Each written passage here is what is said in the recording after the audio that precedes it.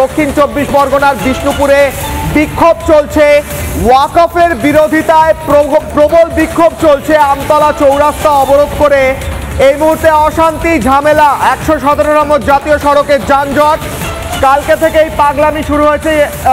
যবে থেকে ওয়াকফ bill pass হয়েছে, ওয়াকফের নতুন আইন পাস হয়েছে, তারপরেই বিভিন্ন সময় অশান্তি ঝামেলার খবর উঠে এসেছে। এবার আমতলা থেকে ভয়ঙ্কর ছবি উঠে আসছে।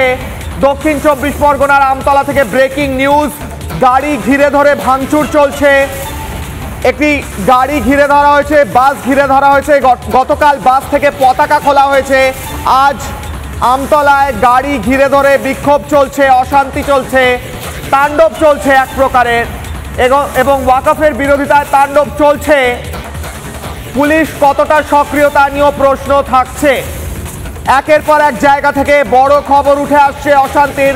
ওয়াকফের নতুন আইন নিয়ে বিক্ষোভ, ওয়াকফ বিরোধিতায় তাণ্ডব চলছে, পুলিশের গাড়ি ভাঙচুর করা হয়েছে।